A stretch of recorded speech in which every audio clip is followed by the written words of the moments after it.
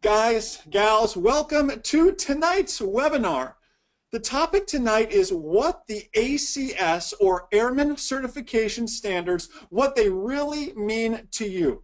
We're going to talk about not only how we came to the ACS, but we're going to talk about what it means to you. What if you did your written before today but haven't done a check ride? What if you've been waiting to do your written and your check ride? What about if you're working on your instrument? What does the ACS mean to you, and how can we get the most benefit out of this, and how can we start prepping for a written, prepping for a check ride, and just preparing as we pursue these future and these further certificates and ratings. That's what we're going to chat about tonight. I'm so excited to have you guys on. We're certainly going to max out GoToWebinar tonight. We can only hold 1,000 people. And we're pushing that cap here pretty soon. So again, we'll do our best to get all those questions answered for you guys. How this works, by the way, is I'm going to present, and feel free to ask those questions at any time. I can see those questions. My beautiful wife, Ashley, is in there. She can see those questions. World famous Uncle Larry is over there. He can answer and see those questions, as well as Matt and Tom. So you've got Ashley, Larry, Matt, Tom, and myself all in there, all great team members here at MzeroA.com, ready to take your questions. So do say hi to those guys. Make sure they're staying awake over there, too. I know it's late. We're over on the East Coast, so it's late for us over here. But keep them, feel free to ask. And listen, it doesn't have to be ACS related. We are always here to answer any flight training questions you guys may have. This is being recorded as well, so if you have to jet early, I know it's late for my East Coast guys or anybody overseas, you can always go back and catch that recording, is how that works. So we're going to talk about what it means to you, what the ACS specifically means to you, and let's get into that right now. I don't want to waste any time. I want to start delivering some great content for you guys. You see, I was originally actually against the ACS. I wasn't crazy about it. 2 years ago when they announced they were getting rid of the PTS, I thought, I don't think this is good. I didn't know what it meant. I thought, this is really going to screw up the written test prep. I mean, how are we going to prep for the written test? I thought to myself, it's going to completely change the check ride. So we're going to screw up our written, we're going to screw up our check ride. Everything's good here. Why fix it? And I figured in typical FAA fashion, they'd be very vague about everything. And well, I think this last one has still come true a little bit, because it's people like myself and other great flight instructors out there who've been sharing information about the ACS and what it really means to you. But I originally wasn't a fan of the ACS. Just the idea of changing, if it's not broke, why fix it? But the ACS, as it began to unfold, I began to change my tune a little bit. And you see, how we actually came to the ACS was, it wasn't the FAA saying, this is it, this is set in stone, here it is. The FAA was actually very smart, and they went to industry professionals and said, hey, listen, we know our system's broke. How would you fix it?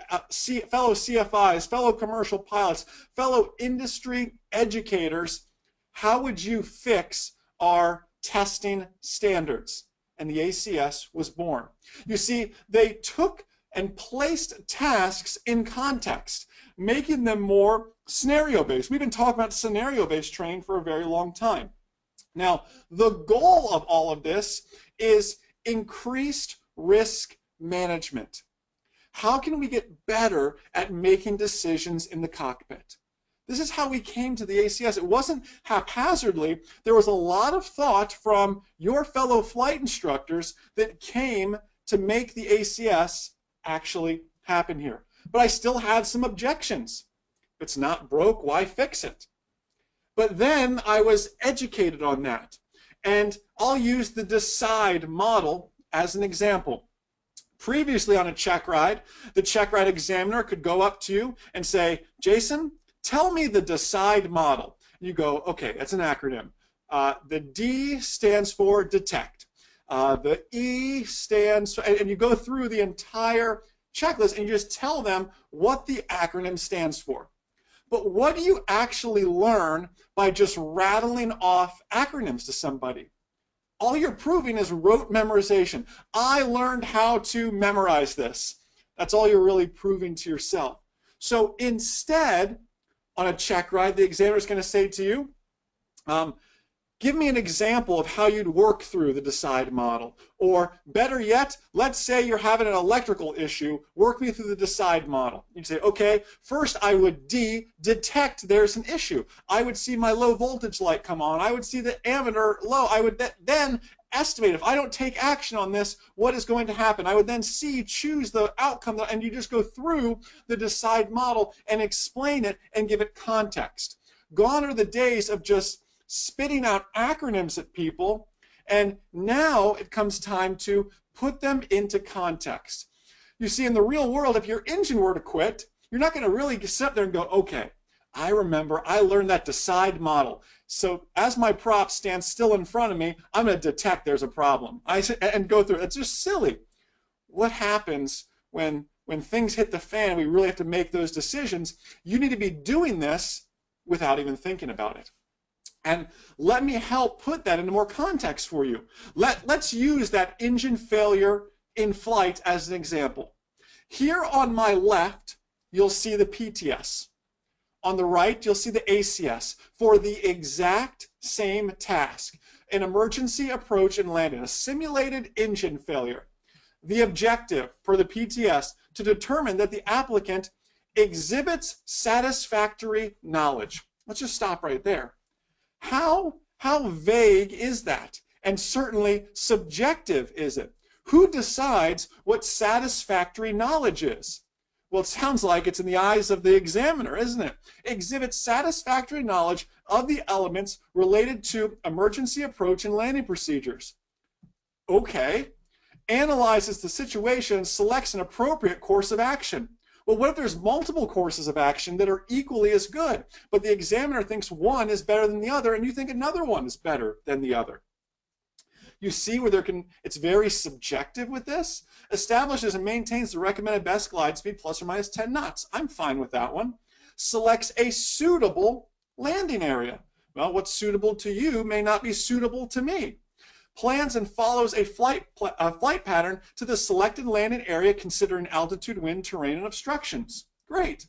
Prepares for landing or go around as specified by the examiner, and then lastly follows the appropriate checklist. 7 bullet points here compared to the ACS, which says this: hey, you want to know what satisfactory knowledge is? I'll tell you. Here's the knowledge column. The applicant demonstrates understanding of glide speed and distance, landing distance, hazards on other than a hard surface runway, stabilized approach, energy management. I love the word energy management. Wind conditions and effects, density, altitude, emergency procedures, communications, ATC clearance deviations, minimum fuel, selecting a landing location, ELTs and other emergency locating devices, and then radar assistance to VFR aircraft. Do you want to know what satisfactory knowledge is? Now we know. Do I exhibit an understanding of these 14 items here? And can I demonstrate that during my simulated engine failure? Then it comes to the risk management side of things. Where I analyze the situation and select the appropriate course of action. The applicant demonstrates the ability to identify, assess, and mitigate risk encompassing wind, failure to select a suitable landing area, failure to plan and follow a flight pattern. It continues on with the altitude, wind, terrain, obstructions, improper management of tasks associated with this emergency, low altitude maneuvering, the startle response, the fact that the moment your engine quits, there's like a 2 or 3 second, oh my goodness, what just happened factor that plays into it, right? 7, collision avoidance, scanning, obstacle and wire strike avoidance, having the right of way in an emergency, obstacles on approach and landing, stalls and spins, failure to maintain appropriate airspeed. The risk management, or what the PTS you should just say is analyzes the situation and selects the appropriate course of action. And then lastly, it comes down to our skills. There it is. Analyze the situation, just like we just learned. Establish and maintain plus or minus 10 knots. Plan and follow the flight pattern. Prepare for a landing go-around or specify by the evaluator. Complete the appropriate checklist. Make the appropriate radio calls when conditions allow. You see how the ACS takes something that is very vague and puts it into context for you. When I saw this, I knew instantly that the ACS would be a win. And they've been testing this in the Orlando and in the Seattle FSDOs with great results. And here's the results. Written test score averages have stayed the same. Checkride pass rate has stayed the same. Nothing's changed. But what we know, and I say hope, but I'm confident, what we know is going to change is the accident rate. Because when you add these risk management aspects to it and get student pilots thinking about these, it makes this open book test a whole lot easier now, doesn't it? We used to joke and say, hey, the PTS, everything you could possibly be asked is in the PTS. And you'd go, okay, yeah, satisfactory knowledge. Explain that one to me. Now they have. It's spelled out for us. So let's talk now for a moment about what this means to you in your specific situation, and then I want to share with you some ACS written test questions, some ACS Checkride questions, and we're going to give away some prizes for some correct answers in there as well. So hopefully I got your attention and you're paying attention here. What if you did the written before today but not the Checkride? Well, let the cat out of the bag here. I don't know who was spitting this marketing hype, perhaps the testing centers, but it was not necessary to rush and get your written test, your knowledge test, done before today. I applaud you and I congratulate you for getting it done before today, but it wasn't necessary. The past 2 testing cycles have been ACS questions, meaning this entire year, 2016 and a good part of 2015, if you took a private or instrument pilot written test, you took it and you saw ACS questions. Because today was not a magic day that they flipped a switch and the entire database changed. That's not true. I don't believe the FAA has the technology or the capability to do something like that, just flip a switch.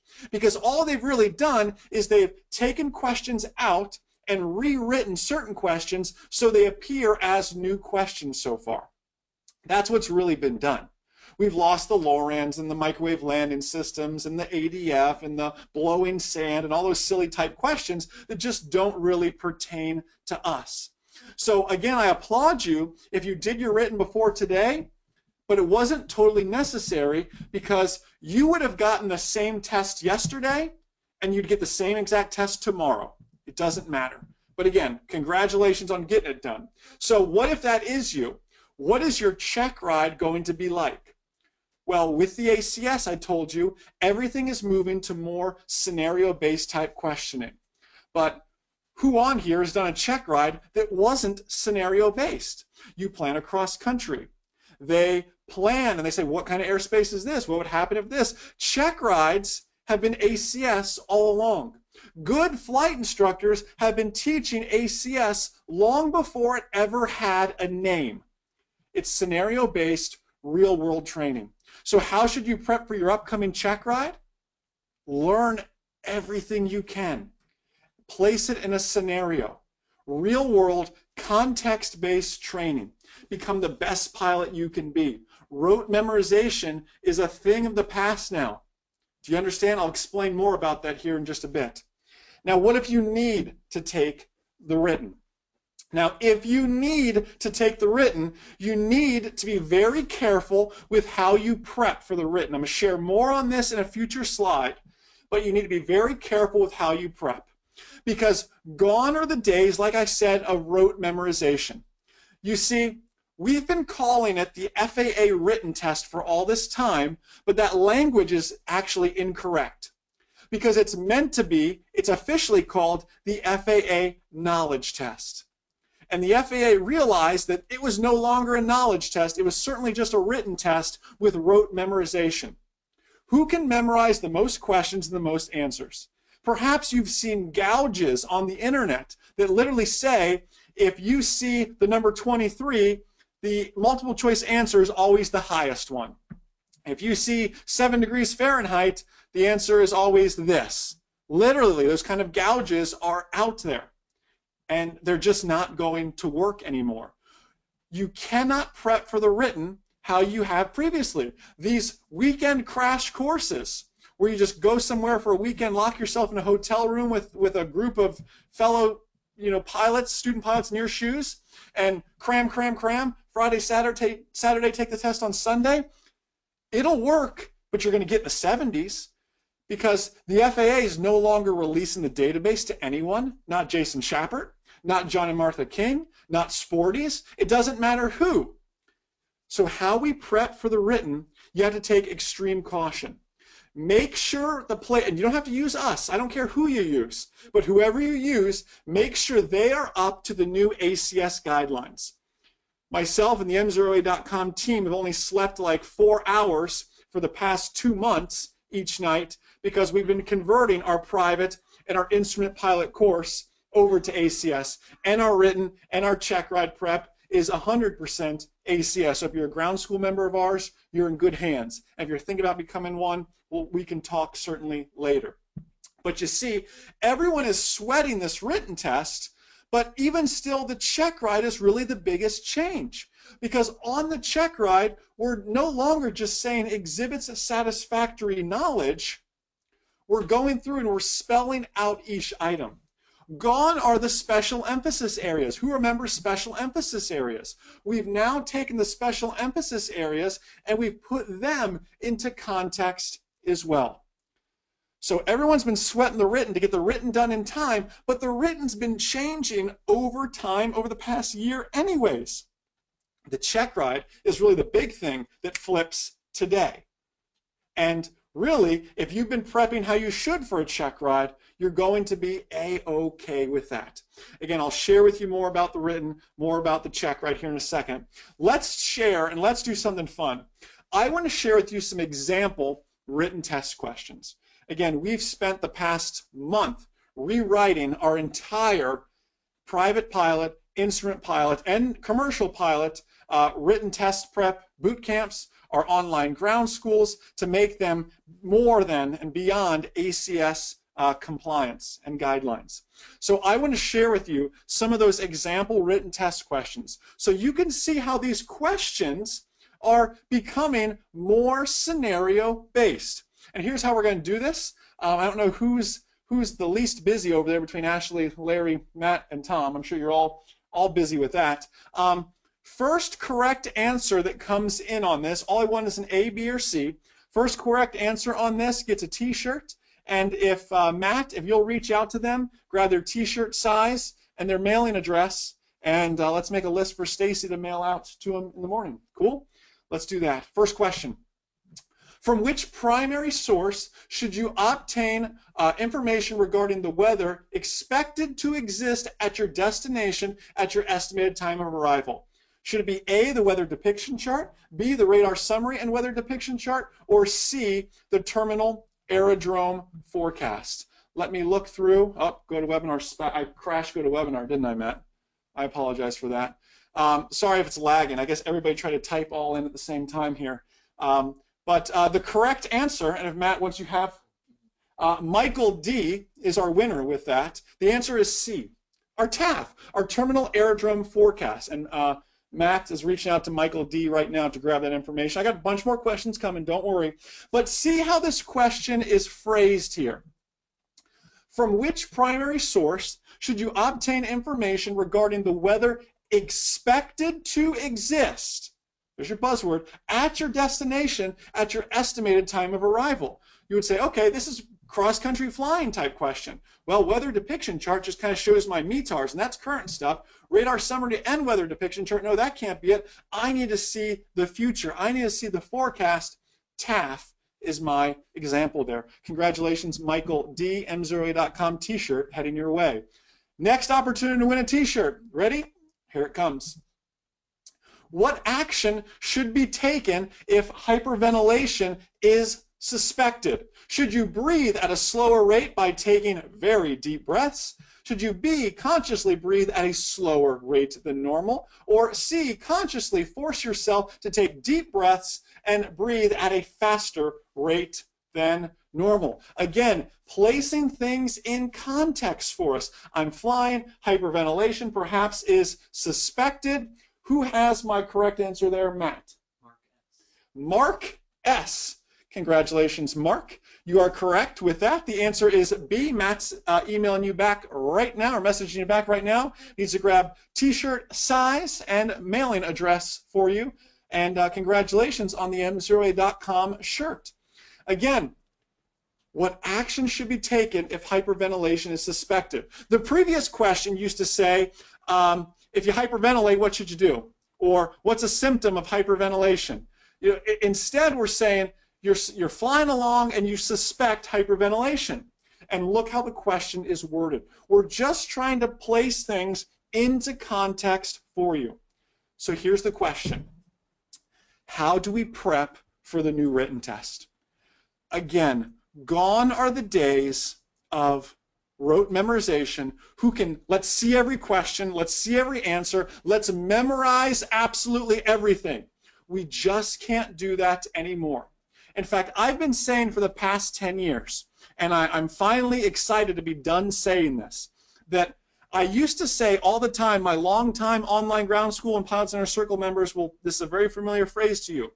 I used to say how you prep for the written and how you prep for the Checkride are two totally different things. I firmly believe with the ACS, I no longer have to say that, because I believe that how we prep for the written, it'll still be a little different, but it'll be much more similar than it was to the Checkride. I believe the written test and the oral exam from the Checkride examiner are going to start to very closely mirror one another. So how do you prep for a Checkride oral exam?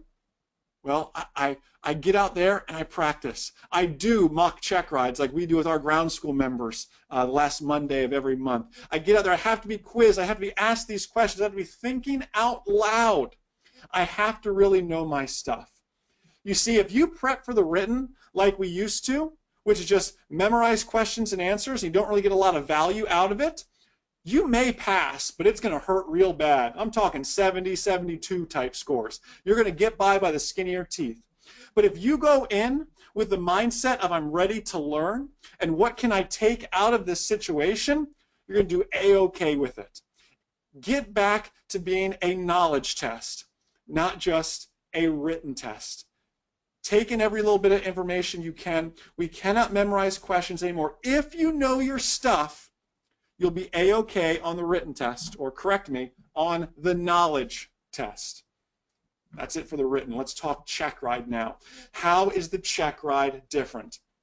Again, we've been giving ACS Checkrides for a long time now.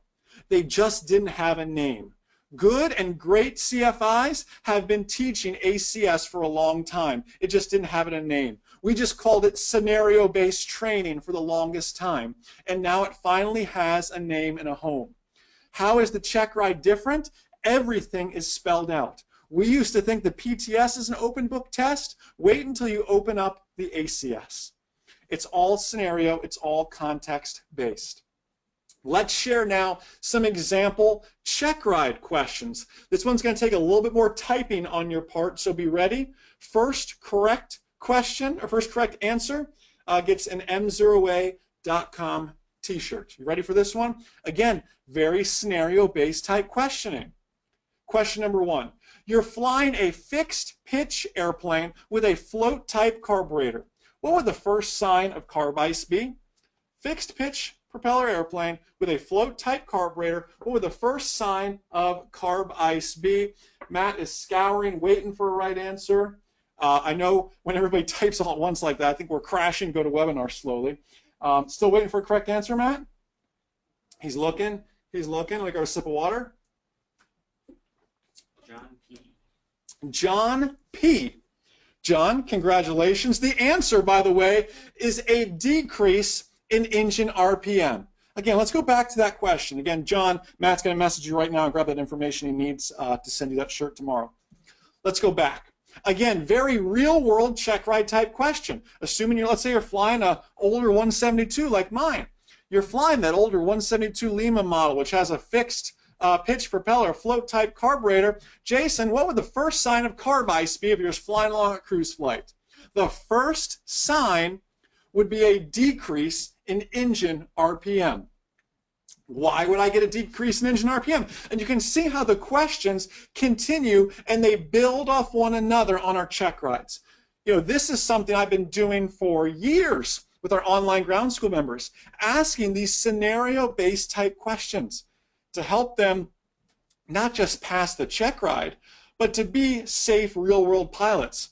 I always say, yes, I'll help you pass your written test, or knowledge test as we're now calling it. Yes, I'll help you pass your check ride, but most importantly, we'll always help you become a safe real-world pilot.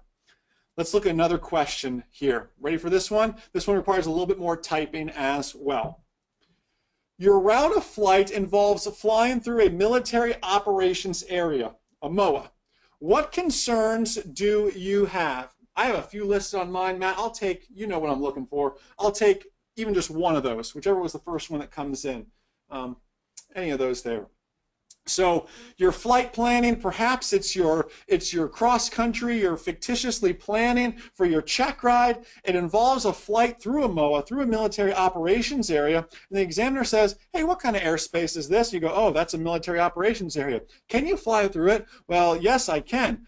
Should you have any, should you be worried about anything? What are some concerns that you have? Again, you see how the questions compound and build off one another. Matt, do I have somebody? Colin F. Colin F. You are correct with that one, my friend. Matt is typing away right now, grabbing your information for that. Here's what I'm looking for. I want to find all available resources. What altitude does it go up to? What are the hours of operation? I want to exercise extreme caution. I want to cross any military training routes like I see here, VR 1005 or IR 19. I want to cross them at 90 degrees. Essentially perpendicular to them, so I get across them as soon as possible. I want to cross them at 90 degrees and get across those, so I'm not spending any unneeded time on a military training route, any unnecessary time on that military training route that's just not needed. Two great questions to kind of share with the types of questions that are going to be asked on ACS type check rides. For those of you who've done a check ride before, or those of you that are an online ground school member of ours, you're probably saying that going, Jason, those are easy. I know that sort of stuff. And absolutely, that's because you have a great flight instructor, or you're a part of a great online ground school like ours. So you're learning these types of items early and now. Again, great flight instructors have been preparing you for the ACS for a long time. So how do we now prep for this new check ride? It all comes back to you have to know your stuff. We can no longer be the kind of person that just reads the headlines of the newspaper and thinks they know the whole story, because you need to know and you need to understand the story. That is how we prep for the new check ride. That's also how we prep for the new written test. We simply have to know our stuff. There is nowhere to hide anymore. If you're weak on airspace, you're weak on systems, those weak areas are going to come out and they're going to show. So if you prep the old way, you're setting yourself up for a less than perfect score. If you prep the old way for your written test, you'll probably pass, but it's going to be with a score that you're not going to be too terribly happy with. And we all know that the difficulty of your check ride oftentimes can be dictated by what kind of score you march in with on your knowledge test. I just received a tweet yesterday from Zach. I know Zach's on this webinar. Zach said, Jason, I couldn't have done it without you. I got 100% on my knowledge test. What kind of reaction do you think Zach's going to get from the check ride examiner when he marches in there and slaps down a perfect score right in front of the examiner?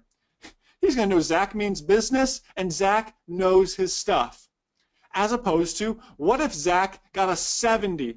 Just barely passed, and shows that to a check ride examiner? What do you think the check ride examiner is going to do and go, wow, you just barely passed this knowledge test. What's up with that? And what do you think the difficulty levels of those two check rides are going to be? They're going to be night and day different, aren't they?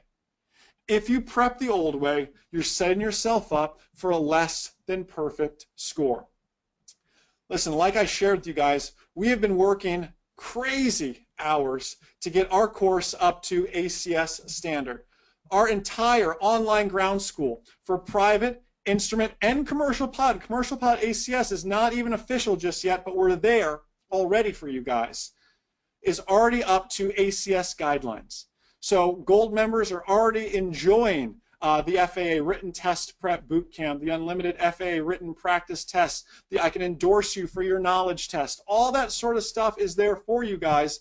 You can go to groundschoolacademy.com to check that out, or go to MzeroA.com to check that out. Zach, how he got his 100 is Zach used our FAA written test prep boot camp, which is literally watch a video, take a quiz, watch a video, take a quiz. Everything is geared towards the ACS.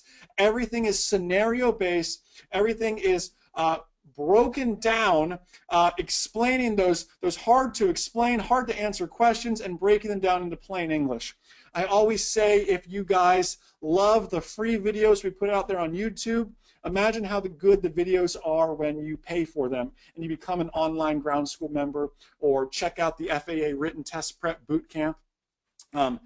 Tonight and through the end of this month, use promo code ACS to save 15% on anything I just mentioned.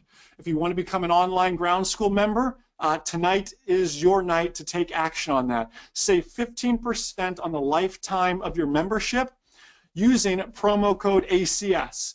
You want to sign up for our FAA written test prep boot camp, you can save 15% on it. And listen, this is how the written test prep boot camp works. The cost of the boot camp is just the written test prep. The ground school is not only written test prep, but Checkride prep and the webinars and interaction with myself and the team here. It's the all-inclusive package. The pass-your Checkride will pay for it, guarantee, all that sort of stuff. The boot camp is just to help you knock out the written or the knowledge test. Now, on that, though, the cost of the knowledge test, or the cost of the boot camp, is the score you want to get on the written test. If you want to get a 70, it costs $70. If you want to get 100, it costs $100. Now, if you don't get within 5 points of that desired score, I'll refund your money. And I can probably count on one hand the amount of times we've had to do that, even with the recent ACS changes. You want 100 and you go out and you pay for 100 and you get a 94, I will refund you your $100. Even though you got a kick butt score, I will happily refund you that money. You can buy as cheap as a 70, as expensive as 100. So you can go to groundschoolacademy.com to check that out. If you just want the written test prep bootcamp, you can also go to passmywritten.com. But all of that is available there for you guys. And use that promo code ACS to save 15% on any of the ground school products or any of the written test prep products. So with that, guys, I am done. That's like a record time for a webinar for me. Normally I'm a rambler here, so let's take some questions. We have a ton of people on this webinar. So I am going to do my best, and as my GoToWebinar control panel spazzes out, I am going to do my best to take all those questions for you. So we'll see. I've got the little Apple spinny wheel issue going on here. I can't get my GoToWebinar control panel open to see those questions. So let's see what she does here. I'm going to try to get those questions. Anything aviation related. If it's related to flight training, anything flying, I am more than happy to take those questions. Now, Matt, is your control panel working over there? Kind of just being iffy. Yeah, mine's being real slow. So I'll work. You guys can type those away. I imagine everyone's kind of typing at once. Matt's just going to bring some of those questions over to me here. Let's see. And they can all still hear me, right, Matt? No one said anything? How long does it take on average to complete the ground school? This is from Louise. So Louise, if you sign up for a bronze, silver, or gold membership, it all depends on you. If you treat the ground school like it is your job, you can get it done in a month, month and a half. If you have a normal 9-to-5 job, my friend, geez, my control panel is really acting up now. It's going to take you about 3 months to do that. Again, hopefully you guys can all hear me. Go back to what Ashley said there too. Let's see. Okay, cool. And listen to this. This is kind of cool and crazy. Ashley, my beautiful wife, said if there are any online ground school members that are on this webinar right now that are thinking, geez, I wish I'd have got that 15% off, I can do that for you guys. Next time you renew, it'll be that 15% off, but you have to tell us. So let's make it real easy. Email it to Ashley. Ashley at MzeroA.com, like it is down here. Ashley at MzeroA.com. If you're a current online ground school member and you say, hey, I plan on renewing for the next year, who knows how long you're going to be with us, but you want to get that 15% off, email Ashley. She'll set it up. She's going to be really mad at me because she's going to get like 100 emails, but that's okay. She loves me anyways. I'm just trying to, I still can't get my questions to work, Matt, so if you can keep feeding me stuff. Is the ACS information available for download from the FAA? Absolutely. If you just Google Airman Certification Standards, FAA, it'll come up. It is a very long PDF, but it would benefit you greatly to check it all out. Hey, Joseph, my buddy Joseph, who's been here to the world-famous MzeroA.com world headquarters. So I noticed your commercial ground school, you mentioned ACS standards, but the ACS isn't out for commercial just yet. No, it's in draft format, but we are just preparing for when it's published and anticipating that that draft is going to hold strong. So just know, my friend, that you are in very, very good hands, and we're monitoring that on a day-to-day basis. David said, you said become a lifetime member. I've never seen that option when buying my gold membership. David, that is certainly something we can do, and we can email Ashley if that's something you'd like to learn more about. Ashley at MzeroA.com, like it is at the bottom. ASHLEY. You can email Ashley about that. Reading some more. Will check rides take longer with the ACS from Jason? I think they will initially, just because check ride examiners are going to be learning how to do ACS check rides, even though they're essentially the same scope of work they've been doing all this time. But I believe they will take a little bit longer initially, and then once the examiners get the hang of it, they'll knock them out. So by a little bit longer, 20 minutes longer. So nothing too major, nothing too much, nothing any more difficult. Adrian says, how will you apply the ACS knowledge to the BFR? So there hasn't been a lot of BFR guidance for ACS, but I can tell you I do my BFR scenario-based anyways. So all my, by BFR I mean biannual flight review, what we have to do every 24 calendar months. I do them scenario-based anyways. I would just say all CFIs are going to adopt that mentality now anyways. So how does ACS apply to IFR training from Andre? It's huge throughout it. I mean, some of the questions you saw tonight could have been taken right out of an IFR knowledge test or an IFR check ride. Absolutely. We're just taking things, we're making them very scenario-based is how all of this is going to work now, my friend. So let's see here. Joshua M., the answer is no. To that one about if you become an airline pilot, do they go back to your logbook to see how long it took to complete your training? No, they care more about hours with that. Let's see. How long does it take the FAA Knowledge Boot Camp take? So the answer to that is it's private pilots 12 videos followed by a quiz. In a perfect world, I'd like to see you watch a video, take a quiz. That's day one. Day two, watch a video, take a quiz, and go through it that way. I know life happens. I know some of the videos are very long. That's hard to do. You can do it in a month, though. You could do it in as short as 14 days. You could do it in, on average, probably I'd say about a month, month and a half to complete. There are some very long videos and some long quizzes that ensue there. Hey, Ryan M. says, as a pilot who's done most of all his flying training in Florida, can you speak about experiences about flying out west, mountain flying? Things aren't taught about flying in areas of high elevation. You're exactly right. I used to think I was a very good pilot, and so I took a Cessna 150 from Daytona Beach to Catalina Island, California, and then back. Flying over Death Valley, flying through the mountains, flying through Palm Springs. It's a very humbling experience. Into Sedona, taking off a plateau. You learn about density, altitude, mountain waves, all these sort of things very quickly. It's just like with our test prep. It's one thing to read about it. It's another thing to actually experience it. And I encourage anyone who's in Florida like I am to get out there and truly experience it. It is so, so valuable to get that skill set. what is the minimum scores to get the ground school completion certificate? So when you start taking our practice quizzes, when you score above a 90, and I know a 90 is a very, very high score, but as your virtual online CFI, I hold you to a very, very high standard. That is just me, though. You could get it easier through maybe someone else. Our course isn't the easiest, but I promise you it is the best on the market. It's the most thorough on the market. It's the one that's broken down into plain English for you. When you get a 90%, you should be feeling pretty good about getting a 90% in our course. It's because it's not the easiest out there, and I'll openly tell you that.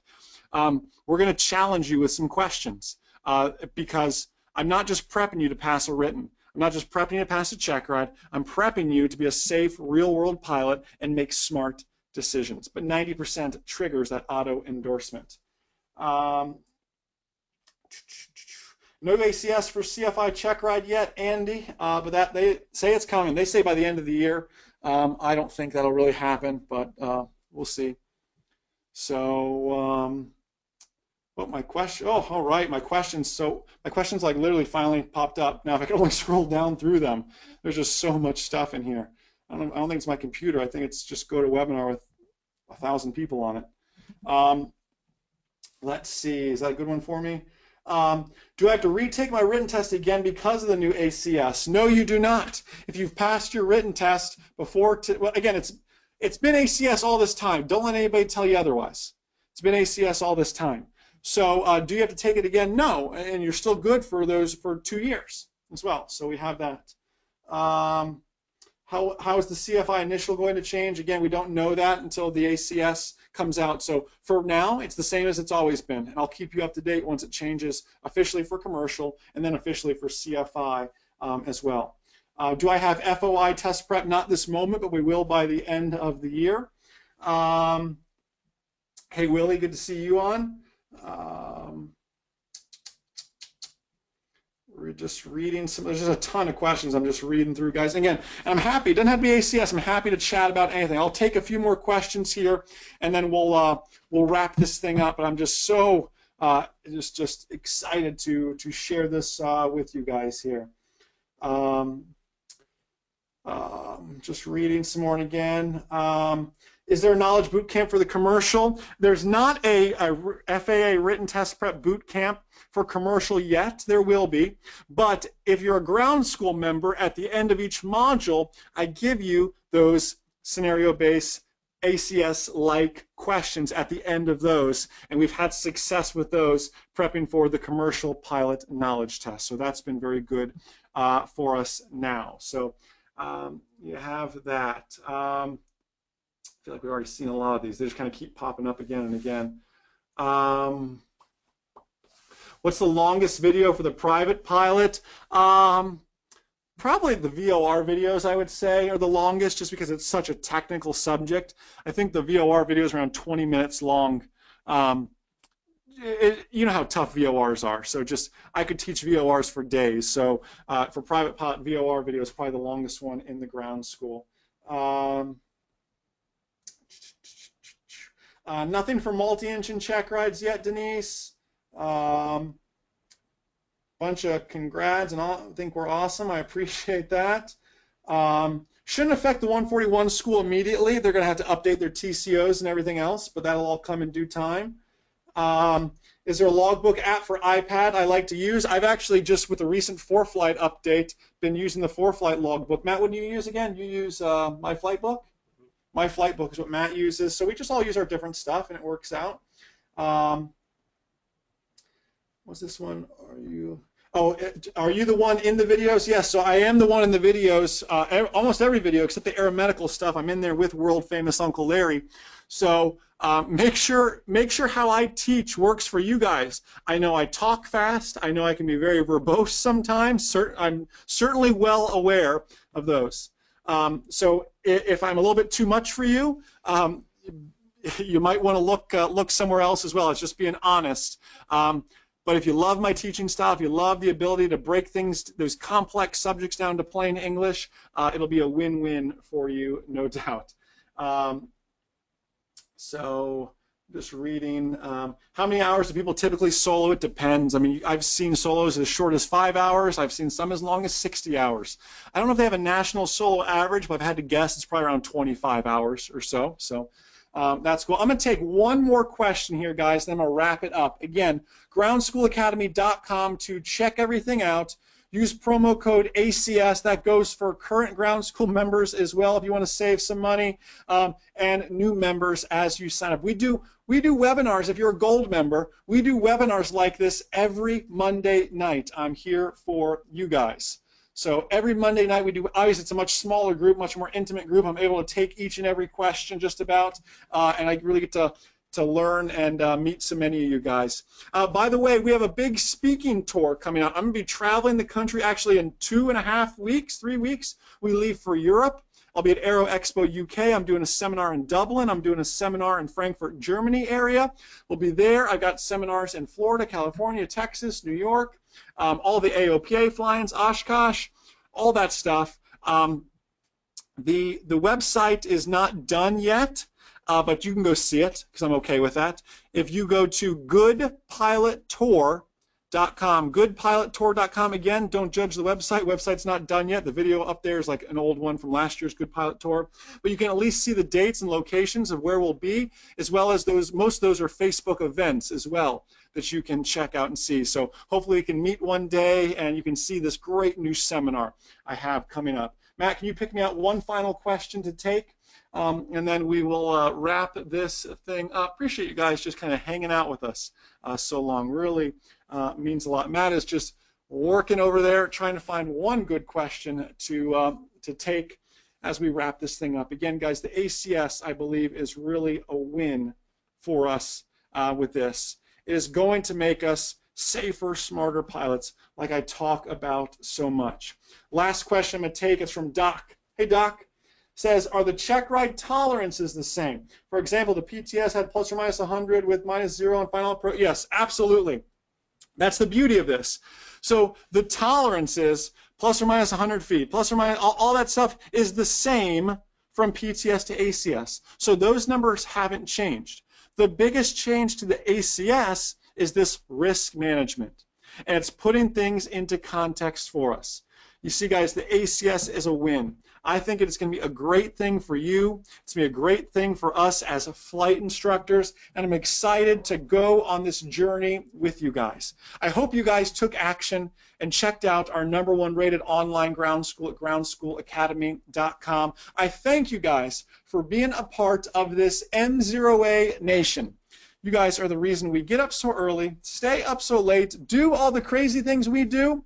Well, we do it for you guys to help make you safer, smarter pilots. Enjoy the rest of your night, and most importantly, remember that a good pilot is always learning. Have a great night, guys. See ya.